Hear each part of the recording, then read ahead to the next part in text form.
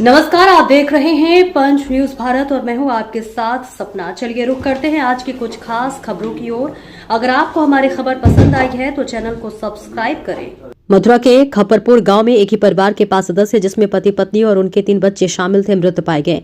एक suicide note बरामद हुआ है। एडीजी अनुपम कुलश्रेष्ठ ने कहा कि एक ही परिवार के 5 लोगों की सामूहिक आत्महत्या का मामला सामने आया है। ये मनीष 35 वर्षीय, उसकी पत्नी और 3 बच्चों का परिवार था। पहली नजर में यह सामूहिक आत्महत्या का मामला लगता है। मनीष ने दीवार पर लिखा था कि वे अपनी मर्जी से आत्महत्या कर रहे हैं। उसकी डायरी भी मिली है जिसमें उन्होंने लिखा है कि इसके लिए किसी और को जिम्मेदार न ठहराया जाए। उन्होंने लिखा है कि वे अपनी परेशानियों को से तंग आकर ऐसा कर रहे। पुलिस सारे सबूत इकट्ठा कर रही है। सारे सबूत और मनीष के मोबाइल फोन पर मौजूद वीडियो को देखकर आगे की कार्रवाई की जाएगी। पोस्टमार्टम से सब कुछ साफ हो जाएगा। एक ही परिवार के 5 सदस्यों के सामूहिक आत्मदाह की घटना सामने आई थी और उसी सिलसिले में हम लोग यहाँ पर आए हैं। जो परिवार है वो मनीष का परिवार, ये 35 वर्षीय व्यक्ति थे और इनकी वाइफ 30 साल की और 3 बच्चे जिसमें से 8 साल गया। और ये एक प्राइमा फेसी सामूहिक आत्महत्या का केस निकल के आ रहा है। इसमें जो मनीष मृतक है उनके द्वारा जो अपनी इच्छा से मृत्यु करना, ऐसी बात दीवार पर भी लिखी गई है और उनकी डायरी भी कब्जे में ली गई है जिसमें उन्होंने किसी को दोषी नहीं पाया ऐसा लिखा है अपने स्वलेख में और बताया है कि वो अपने ही दुखों से परेशान होकर ऐसी घटना कारित कर रहे हैं।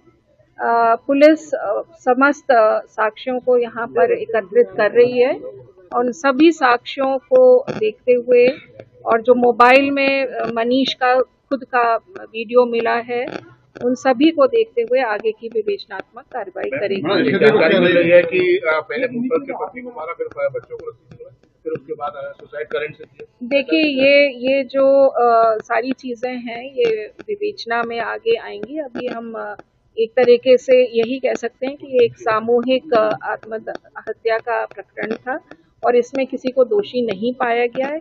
किस तरह से घटना हुई या की गई ये पोस्टमार्टम हमको स्पष्ट रूप से बताएगा, परंतु प्राइमा फेसी जो बातें आ रही हैं वो मैंने आपको स्पष्ट कर दी है और इसमें काफ़ी क्लियर इंडिकेशन मृतक ने खुद दिया है कि इसमें किसी को दोषी ना माना जाए और वो अपने ही दुखों से दुखी होकर इस तरह की घटना कारित कर रहे हैं।